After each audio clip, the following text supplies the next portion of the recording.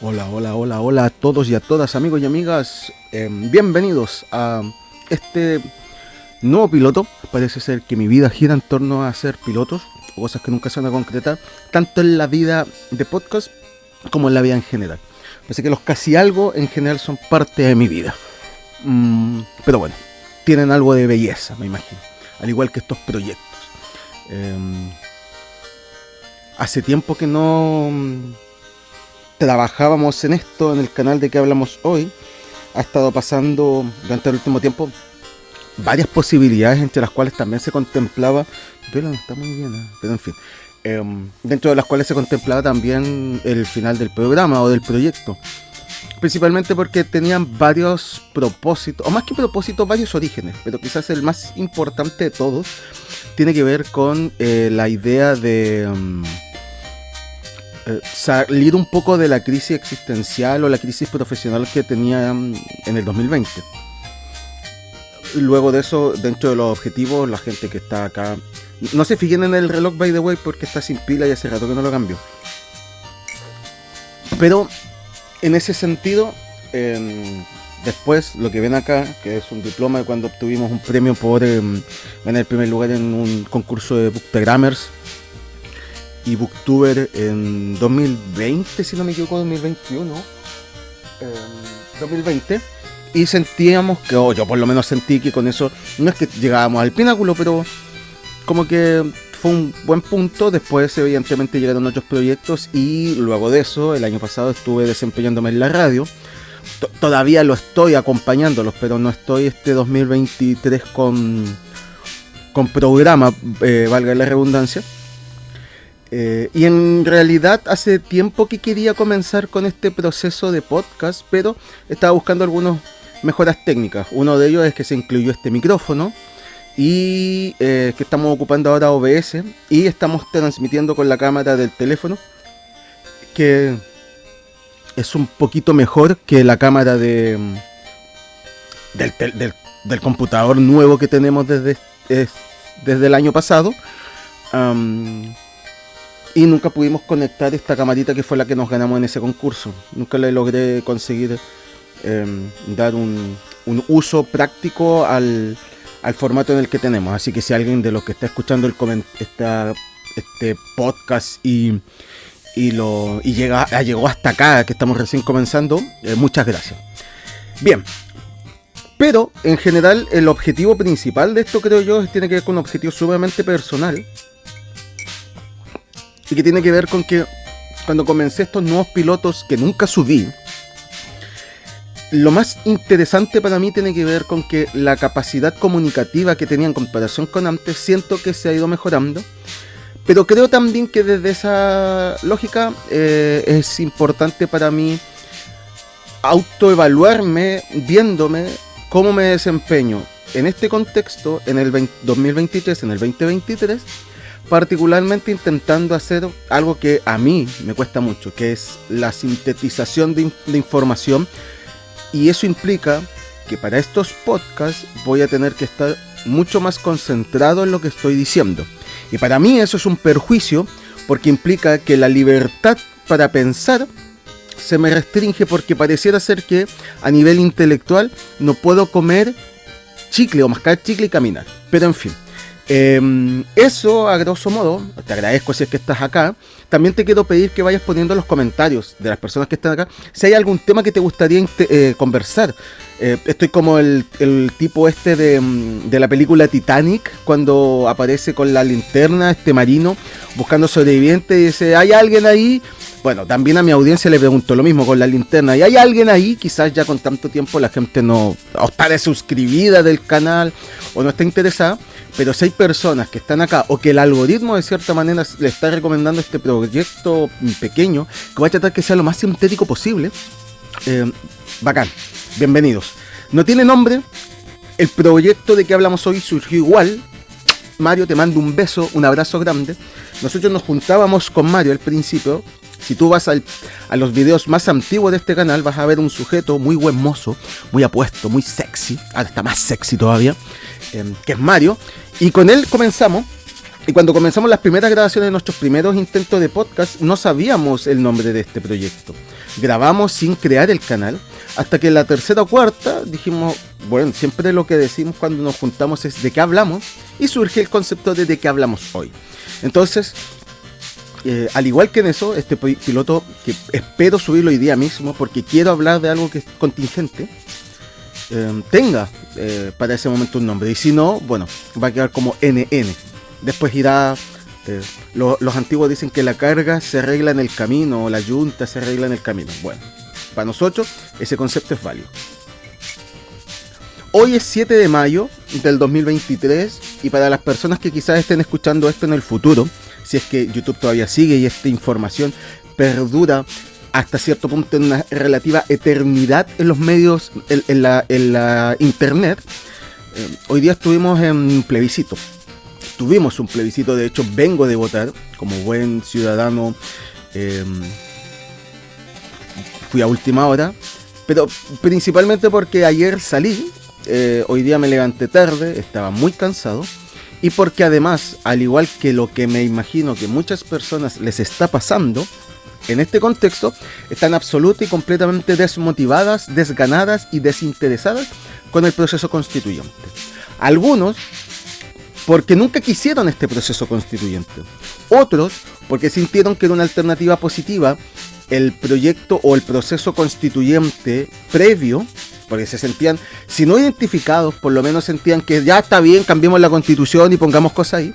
Otros que estaban empapados con el proyecto constituyente, entendían o creían que era un proceso histórico y estaban ilusionados y se vieron decepcionados después de los resultados del 4 de septiembre con la aplastante victoria de la opción del rechazo, se desmotivaron. Y otro grupo que no estaban ni contentos ni descontentos, pero la contingencia social actual, que tiene que ver con la situación de la inflación, en la crisis global y particularmente la sensación y percepción de inseguridad. Voy a decir percepción de inseguridad porque hasta donde yo sé hay datos y datos. Hay datos que muestran de que si bien ha aumentado cierto tipo de delincuencia, también la percepción es que, según los datos, han habido bajas en el nivel de la delincuencia, pero la percepción subjetiva, sea real o no, es de sensación de inseguridad. Por lo tanto, por eso hablo de percepción. Entonces, la agenda pasó de los derechos sociales, del bienestar social, a la supervivencia o la sobrevivencia, así en la pirámide de Maslow, por decirlo de alguna manera, bajó a los puntos más bajos de la escalera, y eso implica, siento yo, que la gente se focalizó desde su percepción, insisto, que puede o no ser real, basada en los datos, a la seguridad. Y eso hace que desde esa perspectiva, para muchas personas, sea una pérdida de tiempo y algo inútil estar pasando por un proceso donde la constitución ya no es lo relevante, sino lo concreto del día de hoy. La inflación, el no estar llegando a final de mes, la seguridad, la inseguridad y todo lo que viene decantado de eso, el problema con la inmigración particularmente descontrolada o desregularizada, y con todos los otros elementos que podemos agregar dependiendo de la visión que cada uno tenga. El punto está en que fuimos a votar sin muchas ganas. Pero yo no me quiero focalizar tanto en el proceso. Probablemente hay mucha gente que está haciendo video y hay personas con más expertise y conocimientos que yo para dar una respuesta sobre el fenómeno. Yo me quiero focalizar en otra situación, y es una situación más bien cultural, si tú quieres, y que me ha estado rondando un poco en la cabeza, y que tiene que ver con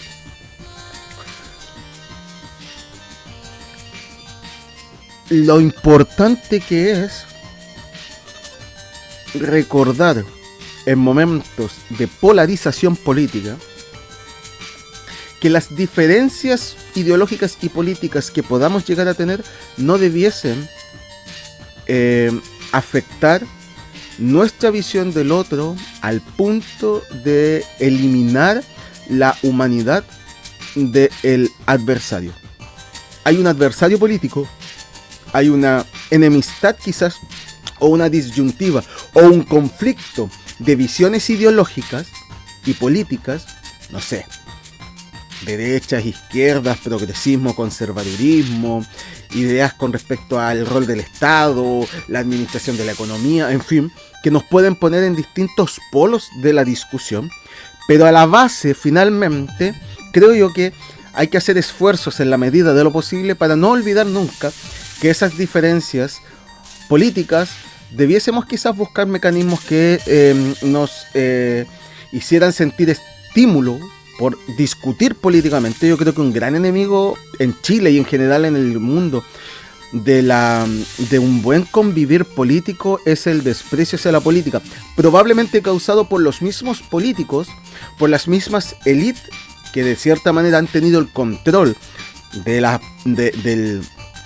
república como concepto de lo público, como concepto de la política en términos como lo decía Aristóteles con esto del homo politicum, creo que era, ¿cachai?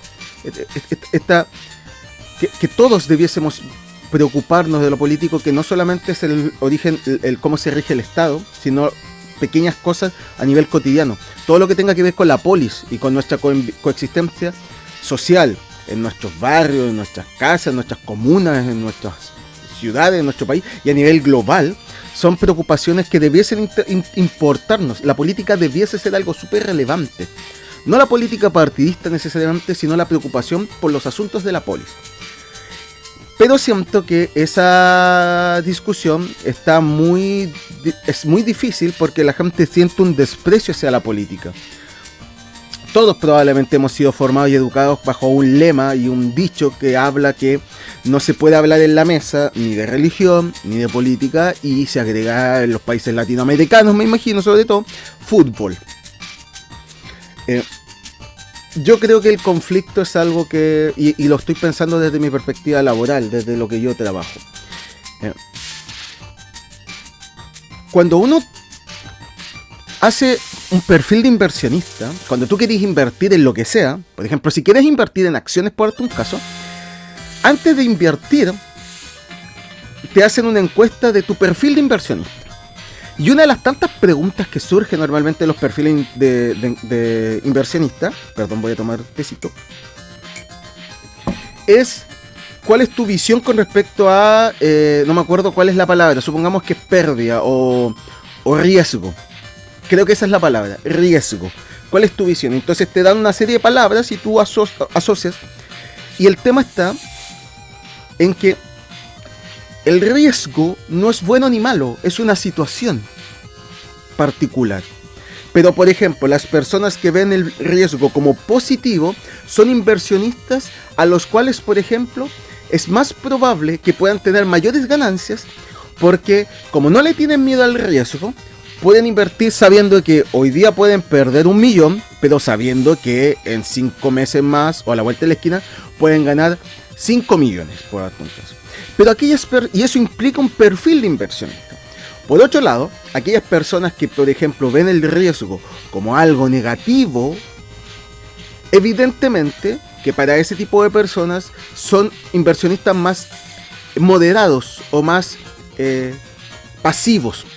Por lo tanto, esas personas, al ver el riesgo como algo negativo o algo no deseable, pero yo creo que es más negativo, evidentemente sus posibilidades de ganancia son menores porque lo que les interesa a ellos es perder lo menos posible. Si yo invierto un palo, prefiero, una persona que ve el riesgo como algo negativo, prefiero ganar 1.100.000, pero no perder mucho, que saber de que existe la posibilidad de que puedo ganar 5 millones, pero que también puedo perder el millón completo, o que puedo perder la mitad.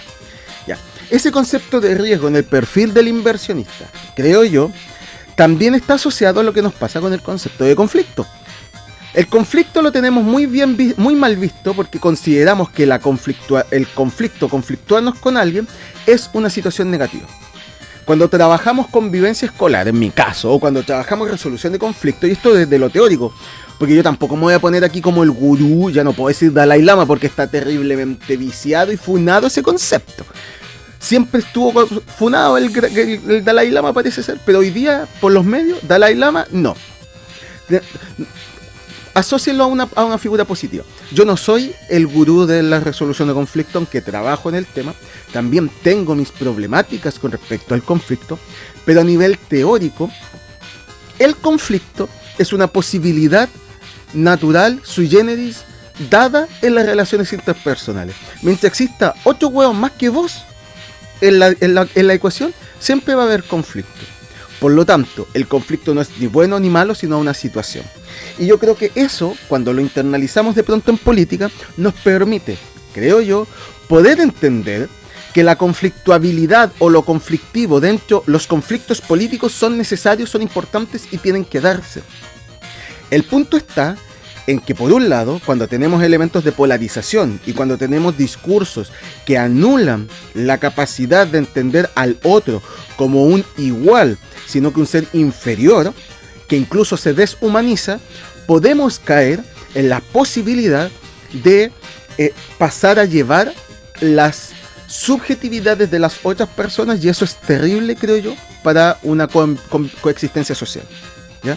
O sea, las personas que son de un... Vamos a tomar el esquema clásico, aunque yo creo que el esquema clásico ya no sirve. Una persona de izquierda que cree que las personas que piensan distinto a él, ya sea al espectro más hacia la izquierda o hacia la derecha, no son humanos, o son tontos, o son estúpidos, efectivamente genera, creo yo, una deshumanización. Y al deshumanizar al otro, no tienes una conversación horizontal, sino que vertical.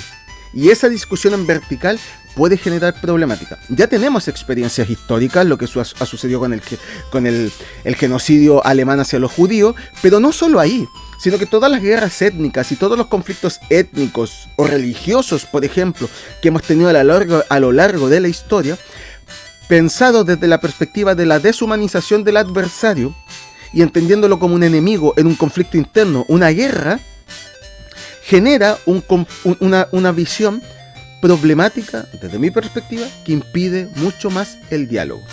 Entonces hoy día vamos a tener unos resultados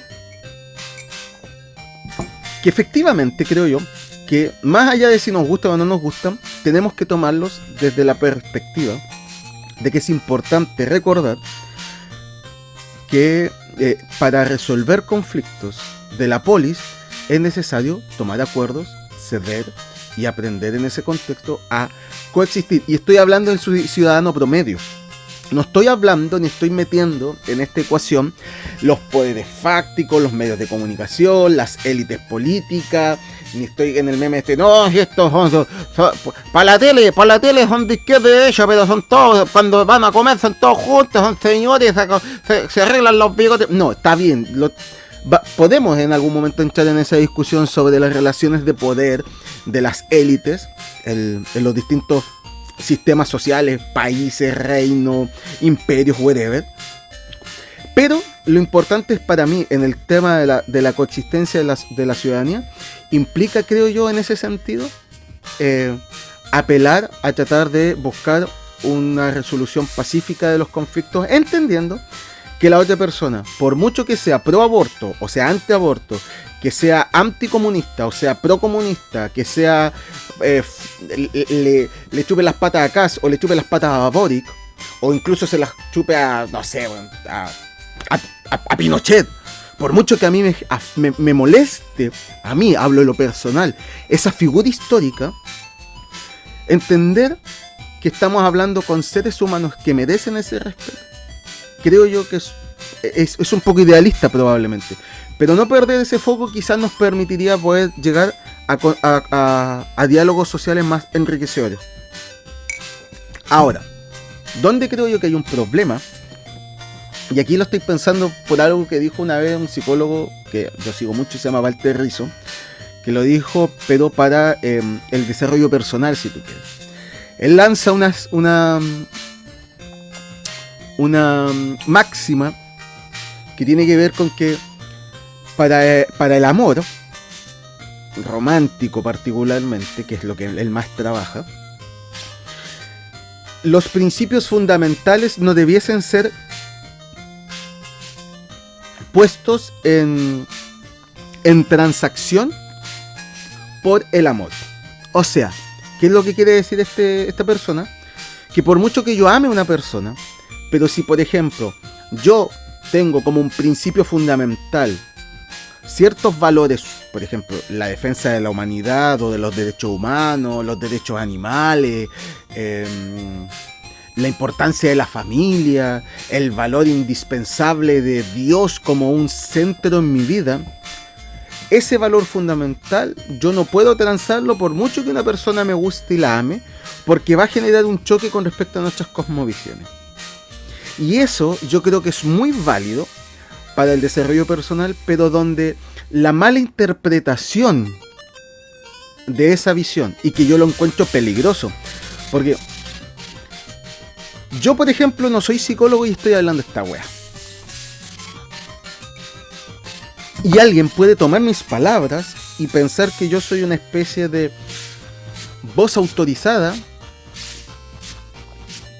no porque yo sea lindo, ni porque sea lo que sea, sino porque estoy en un medio en el cual para muchas personas, al no tener desarrolladas ciertas herramientas de pensamiento crítico, de filtro y de capacidad de análisis de información, ya se están tomando como verdades sui generis. Por ejemplo, como el meme, y yo creo que los memes son muy ilustrativos de la realidad social. Si lo dice un meme es verdad, y yo creo que es un meme de un meme, pero que se toma como una realidad para muchas personas. Hay mucho reel de autoayuda, y yo creo que en una sociedad donde actualmente a la libertad emancipatoria de estas estructuras rígidas que probablemente nuestros padres, nuestros abuelos los rigieron por muchas razones, nosotros nos estamos emancipando, pero también las estructuras, o la cultura más bien, más que hablar de estructura, la cultura más moderna, capitalista si tú quieres, del yo, de cierta manera hedonista, puede malinterpretar esa visión.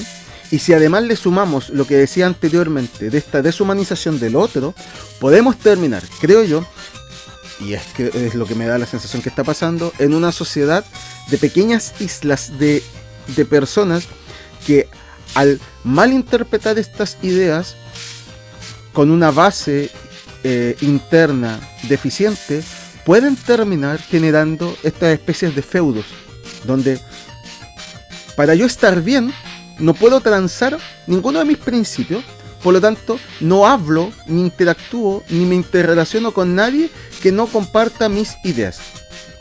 Y yo creo que el punto no es ese.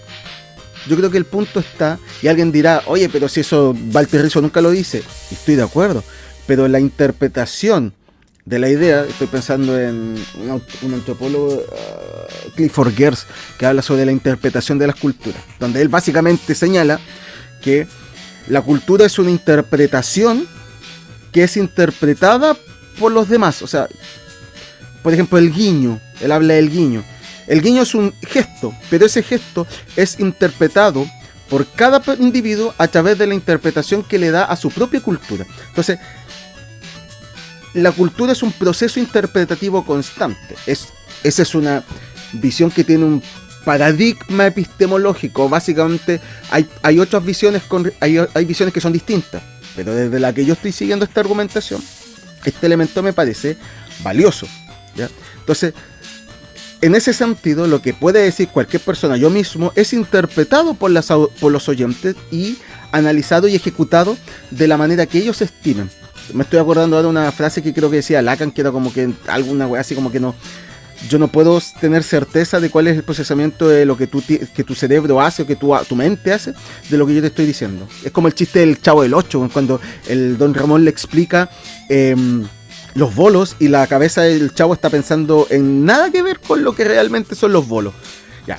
Esa situación puede hacer que nosotros caigamos en mala interpretación, y puede ser con Walter Rizzo, puede ser con algún filósofo, con algún reel, con Jordan Peterson, con lo que sea. Con lo que tú estés consumiendo en esta sociedad de consumo de redes sociales, de TikTok, de Twitter, de Instagram, dependiendo de la edad que tengas y lo que te odies a ti mismo al meterte en tal o cual plataforma o red social, creo yo que puede generar una afectación muy brígida a la coexistencia social, si es que ya no la está generando. No, yo soy maravilloso y valioso y no estoy a tu altura. No, yo soy inalcanzable. Mi salud mental no puede resistir que nadie piense distinto a mí. Bueno, nadie puede decirme que estoy equivocado. Todos mis amigos me tienen que decir que estoy en lo correcto. No dejes que nadie brilla, weone, brille. ¿En serio? Entonces después, dependiendo de mi visión, como yo soy la verdad revelada, porque me lo leí en un Reels, cuando llega una persona que piensa distinto a mí, de cualquier espectro político, no lo considero como un ente válido. Y si en ese sentido, por ejemplo, la persona es una persona de derecha, de clase social alta, de tez blanca, con más de 2 hijos, con un matrimonio y que usa pantalones Dockers y camisa azul o blanca, mi cerebro inmediatamente lo va a invalidar porque este weón vale callampa. Por otro lado, si es una persona inmigrante, por darte un caso, de color de piel moreno, no blanco, de un país específico, con un discurso particular específico, también lo voy a invalidar si es que avanzo, creo yo, en esta dinámica de ser único, especial y donde no debiese nadie decirme qué hacer, y donde además, si le tenemos miedo al conflicto y no tenemos las herramientas, y me incluyo porque no siento tener todas las herramientas para resolver conflictos, ni los conflictos conmigo mismo, ni con mis pares más cercanos, ni en contextos laborales, ni en contextos más amplios, que no significa que sea caca seca, como dice la gente popularmente. Evidentemente que me he desarrollado siempre herramientas muy positivas. El David de hoy día tiene mejores herramientas que el David de hace 5, 10 o 15 años. Pero es un proceso de constante mejora. Entonces siento yo, al final de esta discusión o este monólogo que estoy haciendo frente a la cámara, de que creo que es súper importante que nos demos espacios para poder aceptar la diferencia. Aceptar la diferencia implica, creo yo, que así como yo acepto o tengo que aceptar las diferencias de las minorías étnicas o las minorías sexuales y sus estructuras de pensamiento y sus discusiones, también tengo que aceptar que existen otros discursos más conservadores, por ejemplo. Ahora, la resolución en la arena política tiene que tener un derrotero distinto. Pero ahí también la forma de resolverlos creo que tiene que dar manifestaciones de la capacidad cívica, y la capacidad cívica implica la capacidad dialógica, pero también, y aquí es donde yo creo que viene la paradoja, cómo cohabitar o cómo lograr resolver la expresión democrática válida del otro como un ser humano con capacidad de expresarse y con libertad de pensar lo que quiera, versus que esos discursos no trastoquen principios mínimos que consensuadamente como civilización hemos establecido. Por ejemplo, los derechos humanos. Por ejemplo, ahí está, se supone que hay una transversalidad, pero hoy día hay un discurso anti-derechos humanos en algunos sectores, y hay otros sectores para los cuales esos valores intransables, transversales, son valores religiosos morales.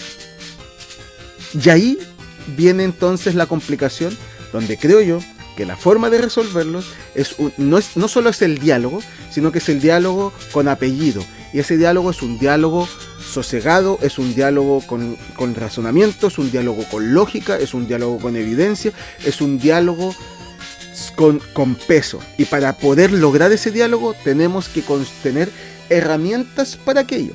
Y esas herramientas debiesen ser entregadas en general en el sistema educativo. Y hoy día el sistema educativo entrega conocimientos, pero no entrega capacidad reflexiva, crítica, analítica de las personas. Y no solamente significa aquello que las personas sean capaces de detectar los elementos ideológicos en el discurso del otro, sino que también hacerse cargo de los baches ideológicos que yo tengo. Y yo creo que eso es fundamental. Por ejemplo, una autocrítica que yo hago. Para la izquierda o para las personas más bien progresistas, es súper fácil detectar los elementos ideológicos en los otros discursos, porque hay todo un set de herramientas teóricos de los modernos filósofos, intelectuales, desde Gramsci, Foucault, Derrida, Chomsky, Habermas, en fin, que probablemente al otro lado del espectro ideológico, no del ciudadano común, sino que de las ideologías, de las ideas, quizás no hay un diagnóstico tan sostenido. Entonces, formarse desde esta perspectiva y ver los microdiscursos, ver las lógicas de poder y atacarlas y criticarlas es muy fácil, pero lo que no se hace normalmente es darse cuenta o hacer el reconocimiento de que mi crítica y mi análisis también es un análisis ideológico. No estoy hablando desde una verdad objetiva, sino que desde una interpretación filosófica, humanista, de las ciencias sociales, ¿cachai? A estos elementos que puede tener solidez lógica, que puede tener solidez empírica, o más que empírica, académica, porque tiene una metodología, los libros que se escriben, las charlas de Michel Foucault, las charlas de Derrida, las charlas de los cuadernos en la cárcel de Gramsci, pero no reconocer que también es una ideología y que también puede ser cuestionada y que también puede estar errada, creo que también es una falta de honestidad intelectual que en muchas personas también está presente. Bueno, creo que me extendí más de lo necesario. Estoy mirando acá el reloj, son 30 minutos. Creo que con 30 minutos de hablar weas basta y sobra. Así que eso, si te gustó lo que estoy diciendo, comenta, ponle me gusta, compártelo también. Y si no te gusta el contenido, comenta también, cuestiónalo. Y también te invito a que puedas proponer en los comentarios si te interesa alguna temática que quiera abordar. Pero por favor, de verdad, lo más importante para mí es que ojalá si este contenido llega a las personas y las personas les interesa, que por favor puedan generar debate, porque yo creo que es súper importante para retroalimentarnos de que si crees que lo que digo está bien, si crees que lo que digo está mal, si quieres complementar, si quieres criticar, si quieres cuestionar, todo. Obviamente en el marco del respeto, va a haber siempre gente que no lo va a hacer, pero en fin. Eso, y lo último que quiero hacer, amigos y amigas, es contarles bueno, como cachan, yo soy bien ñoño, entonces tengo estos libros. Solo quiero decirles, estoy leyendo el Necronomicon, el Necronomicon de H.P. Lovecraft. Había leído un poquito de Lovecraft, pero muy poco, y la verdad es que es un libro bien interesante, pero también voy a reconocer que el estilo de escritura de él no me gustó mucho. Podrá ser porque yo soy medio tonto, soy muy bueno, no lo sé, pero el asunto está en que no me gusta tanto. No obstante, quiero reconocer que hoy día estaba leyendo una de las historias que está dentro del Necronomicon, que se llama La música de Eric Sand, y debo reconocer que ese cuento particular me intrigó mucho, me gustó bastante. Así que eso, también comenta si es que quieres. ¿Has leído a Lovecraft? ¿Te gusta? ¿No te gusta? ¿Qué opinas del horror cósmico? Esa premisa me parece maravillosa, pero la vamos a abordar en otro programa, en otro canal, en otro momento. Así que te mando un beso, cuídate mucho, que estés muy bien y nos vemos, si es que, en otro podcast. No lo sé, solo el futuro lo sabe.